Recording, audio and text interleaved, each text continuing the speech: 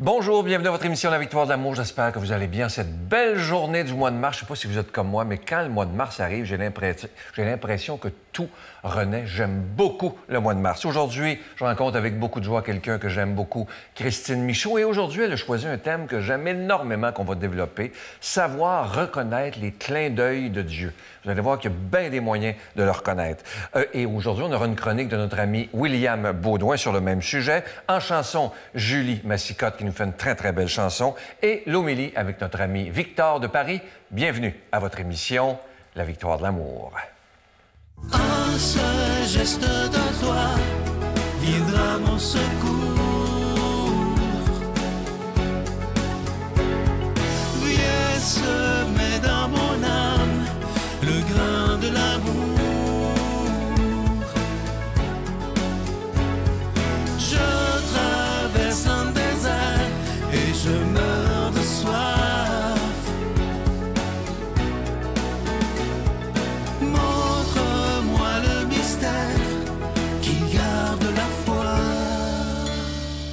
Chère Christine, merci d'être là. Ça me fait tellement plaisir. Toujours une joie. Oui. J'aime beaucoup le thème que tu as choisi aujourd'hui qui s'intitule Comment reconnaître les clins d'œil de Dieu. Puis Dieu sait qu'on a des clins d'œil, mais on ne prend pas le temps de les voir. Je vais commencer avec une première affirmation.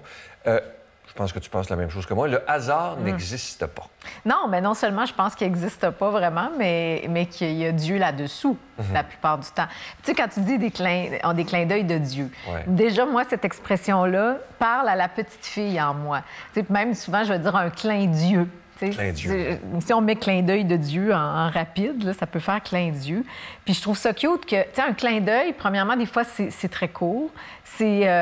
Ça fait du bien, c'est coquin un petit peu. Tu sais, ça fait quelque chose de spécial, peut-être, dans une journée. Fait que, imaginez que Dieu puisse nous faire des clins d'œil au courant d'une journée, d'une vie.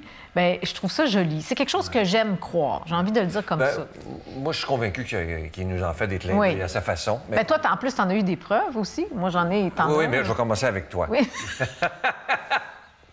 C'est pas moi qui fais l'entrevue? Non! Ah, okay. Non, ça, c'était il y a quelque temps.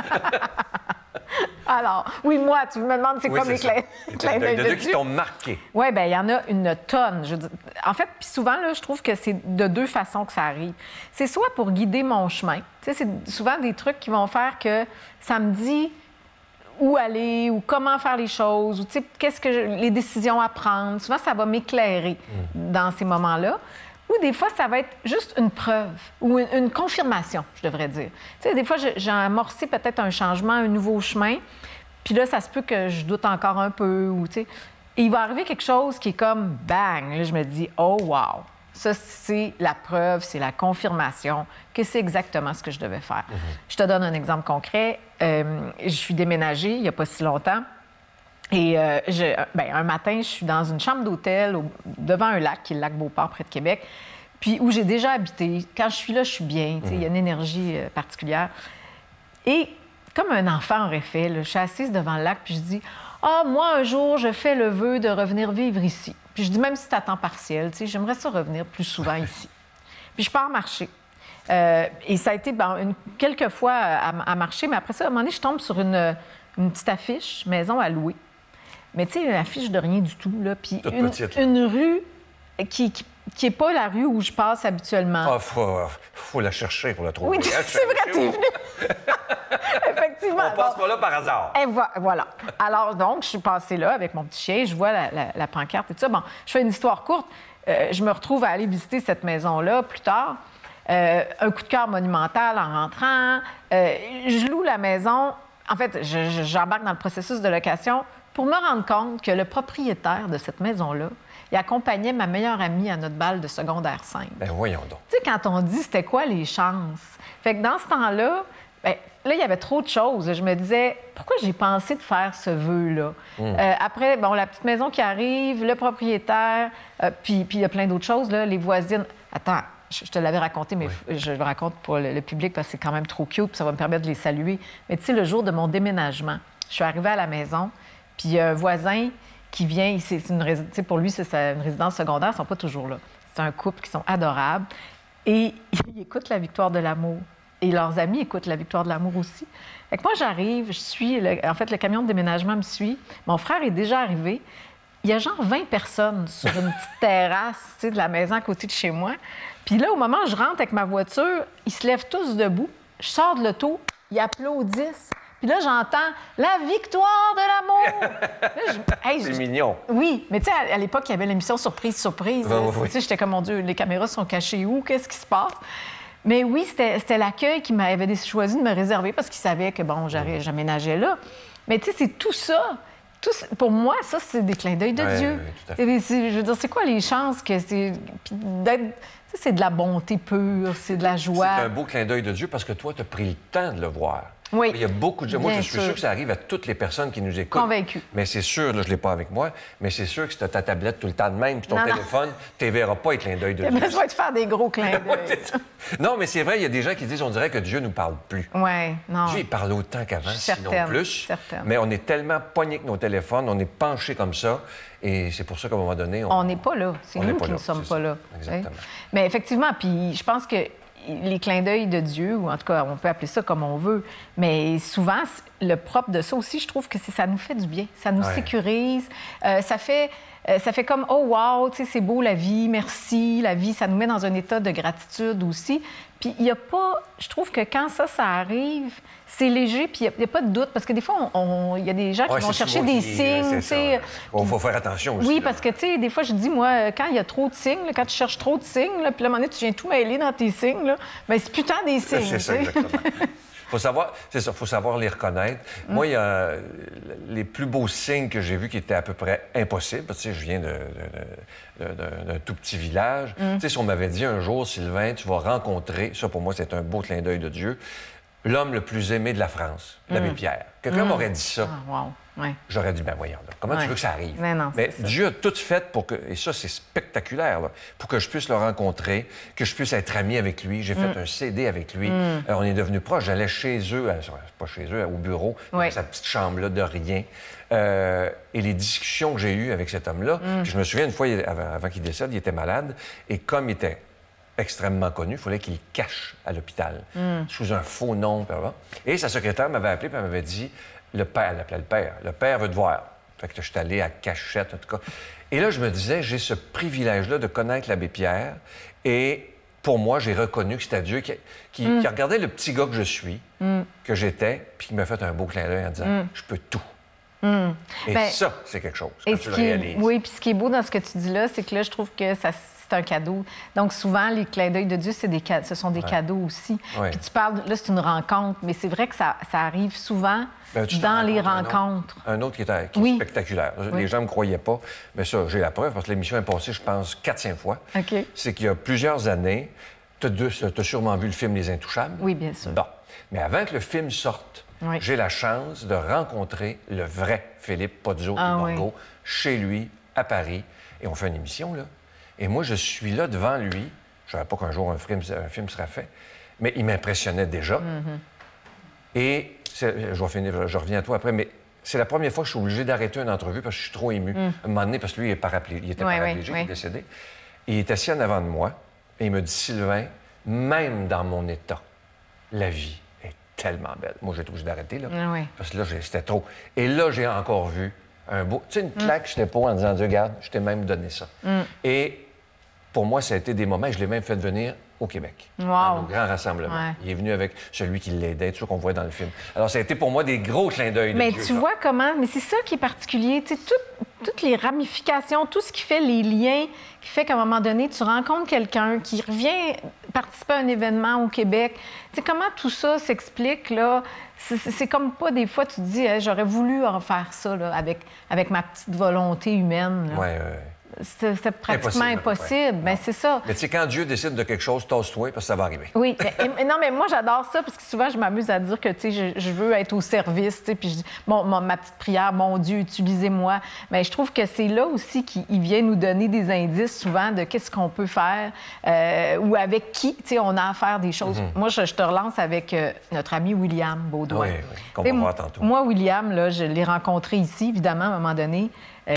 Juste premier contact visuel.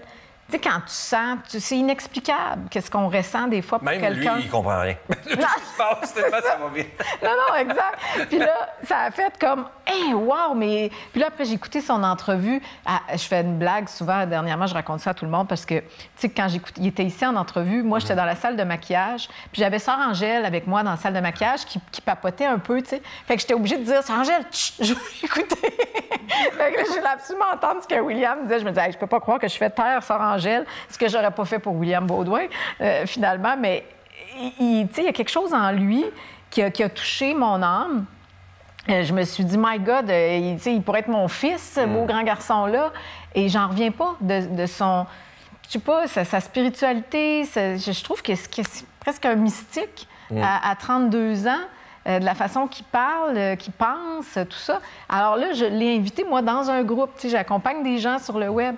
Et là, j'ai eu l'élan, j'ai dit, je l'invite dans mon groupe. Mais si tu savais qu'est-ce que ça a donné, les gens ils étaient tellement touchés. Puis tout le long de son partage, de sa conférence qu'il a donnée au groupe, les liens tu sais, qu'il faisait, à un moment donné, il parle de Sainte-Thérèse de Lisieux, il raconte sa conversion, tu sais, puis après ça, le livre qu'il trouve, qui est un livre de Sainte-Thérèse, Ma vocation, c'est l'amour. Mais moi, avec le groupe que j'accompagne, on est tous des fans finis de Sainte-Thérèse de Lisieux. Fait que, en plus, ça nous fait sourire. Je trouve... Et parce que, tu sais, pour toi, c'est un clin d'œil de Dieu, mais imagine pour William comment ça en est un gros clin d'œil de Dieu pour lui. Tout ce qui arrive là, présentement. Oui. Non, puis, tu sais, des fois, on se dit, il y a un senti, un ressenti, je ne sais pas comment l'exprimer, mais moi, dans ce temps-là, je vois, on dirait, je vois tout le potentiel encore, même inexploité là, de William. Là, je me dis, je ne sais pas ce qu'il va faire, qu'est-ce qui l'attend, là, mais je sais que c'est grandiose. Ah non, il y a une grande mission, ça, c'est sûr. C'est ça. Est-ce que tu crois que sans être contre la technologie, j'en ai devant moi, là, on en a tous, mais est-ce que tu crois que trop de technologie nous empêche de voir justement ces signes, ces clins d'œil de Dieu, qui voudraient tellement se rapprocher de nous, mais nous autres, on aime mieux nos patentes? Bien, en fait, trop de, comment on dit ça, de distraction. Que ce soit la technologie ou autre chose. Moi, je trouve que c'est sûr que c'est un défi aujourd'hui de ralentir, d'être calme. Moi, je m'amuse même des fois à faire des petites mini-méditations juste pour dire 3 minutes à regarder une toute petite chose. Une étoile dans le ciel le soir quand je sors avec mon petit chien là, pour ses derniers besoins du soir. Bien, je peux m'arrêter là, puis regarder une étoile pendant quelques secondes, quelques minutes, mais juste pour dire, je m'arrête là. Je me concentre sur quelque chose. L'autre matin, je marchais, un petit papillon qui se promenait. Tu sais, à ce temps-ci de l'année, avec de la neige, c'est quand même drôle de voir un petit papillon. Puis là, c'est comme, je trouve, quand on fait ça, j'ai l'impression qu'il y a une brèche dans le temps qui s'ouvre. S'arrêter aussi. Bien, c'est ça. Mais est-ce que, justement, c'est pas là que ça se situe, les clins d'œil de Dieu, dans cette brèche-là? Là? Oui, tout à fait. Mais dans le silence, finalement. Oui. Ou dans présence, la silence. présence, le regard à l'autre. Je sais pas si tu as déjà vu c'est un clip, ça fait longtemps que je ne l'ai pas vu, mais il était sur Facebook, à un moment donné, ou ailleurs. Et c'est une histoire en 2 temps. La même histoire. Alors, c'est une histoire qui existe. Une jeune fille, un jeune homme, ils marchent avec... Les téléphones n'existent pas, là. OK. Ils sont dans un village qu'ils ne connaissent pas, puis eux, ils ne se connaissent pas. OK? Ils ont leur carte routière, chacun. Okay. Ils cherchent quelque chose. Et là, évidemment, que le gars dit à la fille, « Peux-tu me dire l'adresse de telle place? Je cherche ça. » Puis là, ils se regardent. Ils tombent en amour. Quelque chose. Oui. Ils ont des enfants, ils se marient. Ouais. Même histoire à l'époque d'aujourd'hui. Les mêmes personnes sont avec le téléphone, puis ils cherchent l'adresse, mais Google leur dit tout où aller. Ils se sont jamais vus. Ah, ça me... Ils se sont pas rencontrés. Tu vois, ça me fait même de la peine, ça. Mais tu vois comment Dieu peut agir si on le laisse agir. Bien sûr. Mais moi, cette histoire-là, quand j'avais vu ce film-là, je me disais, c'est incroyable comment le nez dans nos téléphones peut nous faire manquer des clins d'œil de Dieu et des rencontres spectaculaires qu'on aura. Il y a des gens qu'on n'aura pas connus à cause qu'on a la tête penchée sur notre téléphone. Et pourtant, c'est tellement important. Tu sais, les relations... pourtant, les gens qui ont le nez penché sur le téléphone, ils cherchent souvent à connaître quelqu'un. Non, mais... non, mais t'as raison. C'est complètement ridicule quand on y pense. Vrai. Tu sais, t'as une vraie personne devant toi. Là. Tu sais, c'est comme si j'étais assez imbécile, pendant que j'étais devant moi, d'aller te voir sur un écran. Mais là, tu dirais, je suis là. Oui, c'est ça.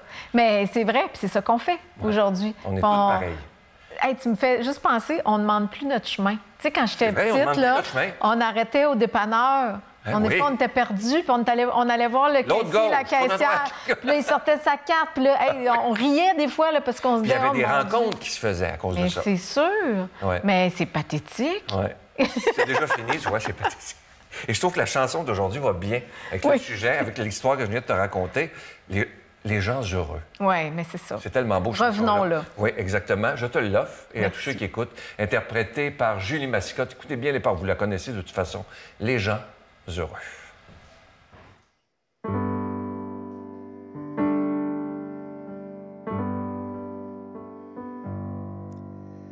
Il était une fois des gens heureux, c'était en des temps plus silencieux. Parlez à ceux qui s'en souviennent, ils savent encore les mots des romances anciennes où ça disait toujours le monde est beau. Il était une fois des gens heureux qui disaient toutes choses avec les yeux, leurs yeux doublaient de confiance en univers immense qu'ils disaient béni de Dieu. Il était une fois des gens de paix, mais vers les années de vent mauvais, à table il y eut des chaises vides, aux yeux vinrent les rides, il ne resta plus rien de vrai. Il ne faut pas chercher à savoir où s'en va le temps, il s'en va pareil aux glaces dans le Saint-Laurent. On fait toute la vie semblant qu'on va durer toujours, pareil au fleuve dans son cours. Et c'est peut-être pour ça que l'on fait des enfants. Il était une fois des gens heureux et tout était si simple et merveilleux. Il y avait le ciel, il y avait la terre, c'était quand les mystères pouvaient rester mystérieux. Il était une fois des gens heureux qui disaient toutes choses avec les yeux, leurs yeux doublaient de confiance en univers immense, éclair et juste et merveilleux, un univers béni de Dieu. Il était une fois des gens heureux, c'était en des temps plus silencieux. Parlez à ceux qui s'en souviennent, ils savent encore les mots des romances anciennes où ça disait toujours le monde est beau, le monde est beau, le monde est beau.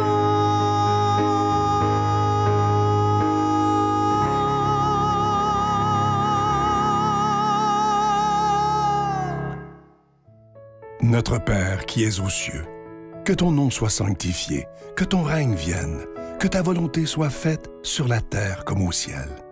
Donne-nous aujourd'hui notre pain de ce jour. Pardonne-nous nos offenses, comme nous pardonnons aussi à ceux qui nous ont offensés. Et ne nous laisse pas entrer en tentation, mais délivre-nous du mal, car c'est à toi qu'appartiennent le règne, la puissance et la gloire pour les siècles des siècles. Amen.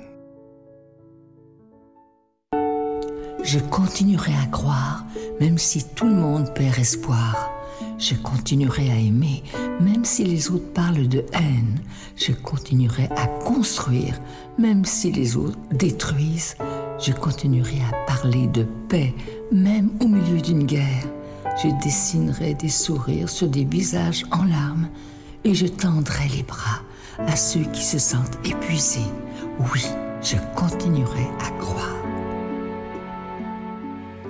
Comme à chaque année depuis 29 ans, vous savez que pendant la période du carême, il n'y a pas de cadeau du mois. Ce que j'aimerais vous demander, c'est est-ce qu'on est capable, comme croyant, de dire je vais donner un don tout à fait gratuitement, sans rien attendre en retour, simplement parce que j'aime Dieu, simplement parce que je veux que sa parole soit annoncée dans un monde qui en a tellement besoin. Et je sais qu'ensemble, si on continue à proclamer la parole de Dieu, et si on continue à être généreux, on pourra être là pour des dizaines et des dizaines d'années. Souvenez-vous, il y a 29 ans, il y a certains d'entre vous qui étaient là. Il y a beaucoup de gens qui disaient qu'on ne t'offrait pas 2 ans.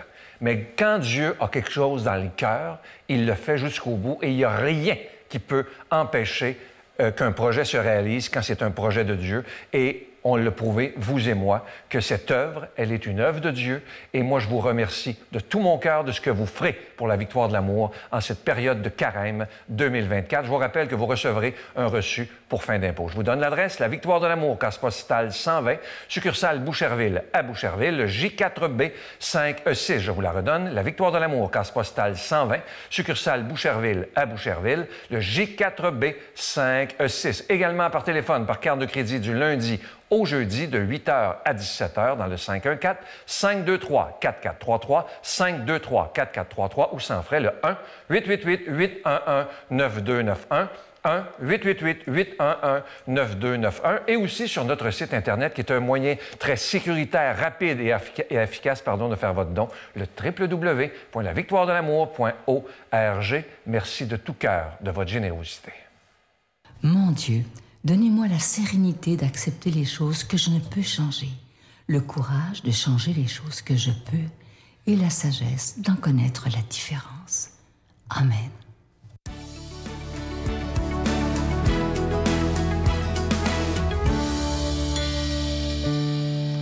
Bonjour à vous, chers amis. J'espère que vous allez bien en cette belle journée, en ce beau dimanche.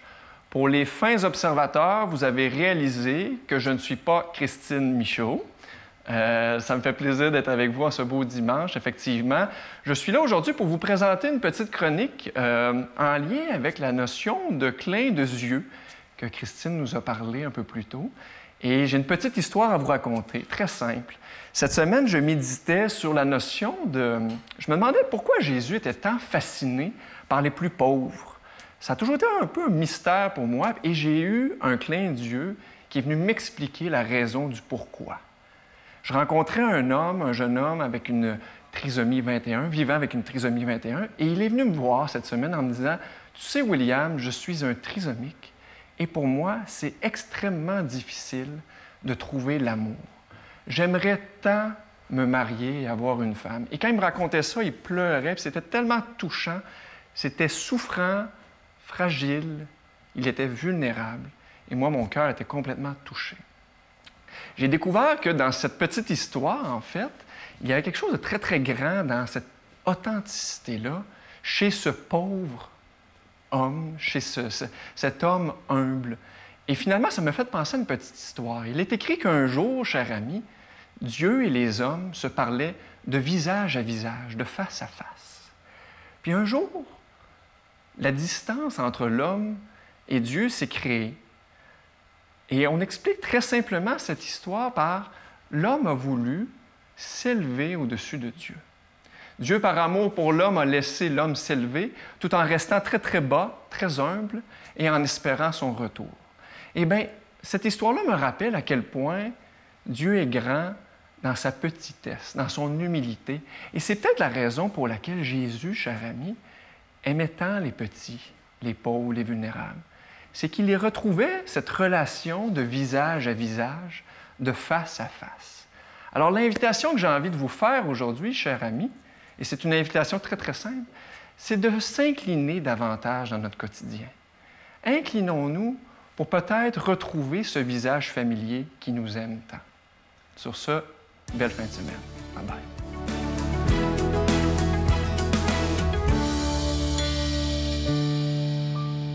Ce qui m'émerveille dans l'Évangile aujourd'hui, c'est la tempérance de Jésus, la douceur qu'il a même dans la colère. Jésus est dans le temple et il y a les marchands du temple qui sont en train de vendre plein de choses alors que c'est le temple. Techniquement, on vient là pour prier, pour adorer Dieu. Il y a des marchands, Jésus est en colère, s'énerve, il renverse les tables, mélange l'argent, renvoie les bêtes. Bref, il est en colère. On parle ici souvent de sainte colère. Comment est-ce qu'on pourrait être dans une colère sainte ? Déjà, c'est bien d'être indigné face à l'injustice. Et là, il y a une injustice. Pourquoi ? Pourquoi est-ce que Jésus s'énerve quand il voit des marchands dans le temple ? Parce que dans le temple, il y a plusieurs étapes, plusieurs endroits. Il y a un endroit réservé aux Juifs. Il y a aussi un endroit au bord du temple, une première partie réservé aux païens, aux gentils, comme ils étaient appelés, aux gens qui ne sont pas juifs, mais qui veulent adorer Dieu quand même. Dans cette partie-là, il y avait énormément de monde. C'était une époque de l'année, un jour, où les gens venaient se rassembler à Jérusalem. Il y avait énormément de monde dans cette partie-là, et c'est dans cette partie-là qu'il y avait les marchands du temple. Donc, les gens qui ne connaissent pas Dieu, qui sont loin de lui, veulent venir prier, mais là où ils peuvent prier, le seul endroit au monde, le seul jour dans l'année, parce que c'était hyper quadrillé à cette époque chez les Juifs, c'était pas comme aujourd'hui où on prie dans le secret de notre chambre, ça c'est apporté par Jésus. Mais avant, le seul endroit qu'on avait pour adorer Dieu, c'était le temple. Et le seul endroit où les non-juifs pouvaient adorer Dieu, c'était là où les marchands avaient décidé de s'installer pour faire leur business, leurs affaires. Et il y a une forme d'hypocrisie là-dedans. Et c'est ça qui est injuste et c'est ça qui énerve Jésus. Et c'est pour ça qu'il renvoie tout le monde. Maintenant, pourquoi ça m'émerveille ? Parce que même dans cette colère-là, dans cette sainte colère, c'est-à-dire une indignation face à l'injustice, la meilleure chose à faire, ce qui est le plus proportionné pour rendre la justice, c'est de chasser tout le monde. Donc l'argent malhonnête, Jésus le mélange, on ne sait pas qui est à qui. Le gros bétail, Jésus le chasse, mais le petit, les colombes, les oiseaux, ce qui servait à cette époque-là au sacrifice, les petits oiseaux, Jésus ne les laisse pas s'envoler. Ils restent en cage et juste il les renvoie avec leurs marchands. Jésus, là, il y a une forme de miséricorde parce qu'aucun animal dur à rattraper n'est chassé. Il chasse le gros bétail que les venteurs rattraperont. Il mélange l'argent injuste une nouvelle fois. Mais le petit marchand qui fait ça juste pour vivre, parce que c'est son travail de vendre des colombes, ben Jésus les lui laisse. Et puis il n'est pas dit qu'elles sont chassées, mais juste il s'en va avec. Il y a une douceur là, même dans la colère. Nous, quand on se met en colère contre quelqu'un, est-ce que c'est toujours aussi raisonnable, aussi doux ? Très peu, très rarement, voire jamais. Jésus, c'est le seul qui en fait est réellement dans une simple colère. La colère, c'est quelque chose qu'on ressent, qui n'est pas dépendant de notre volonté, c'est quelque chose, voilà, c'est une alarme. Maintenant, ce qu'on en fait, c'est ça qui est bon ou qui est mauvais. L'indignation, c'est le premier sentiment, la colère. Maintenant, soit on l'accepte, on l'accueille, on l'entretient, ça devient une forme de rage, soit on la fait durer dans le temps, c'est une rancune, soit on la tourne contre l'autre, ça devient une forme de haine, mais la colère en tant que telle, c'est une alarme, un signal, une clochette qui sonne. Maintenant, à nous d'en faire la meilleure chose possible. Pourquoi est-ce qu'on dit de ne pas se mettre en colère ? Tout simplement parce que très souvent, cette colère, on n'est pas capable de la maîtriser. Seul Dieu la maîtrise.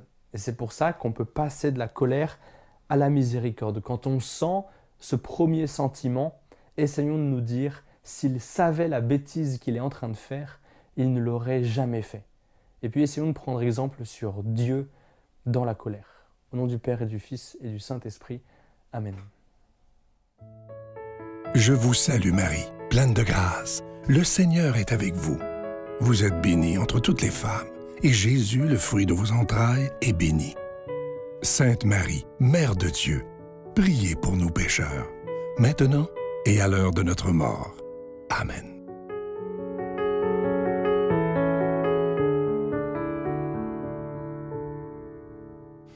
J'espère que cette émission vous a plu. Vous savez qu'à chaque fois que je suis avec Christine, on a beaucoup de joie ensemble. C'est naturel parce qu'on s'aime beaucoup, évidemment.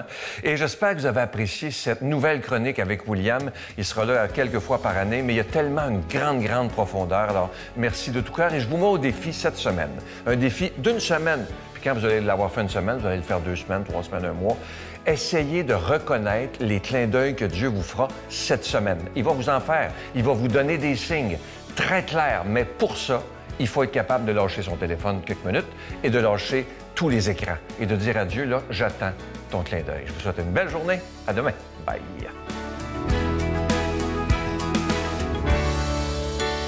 Thank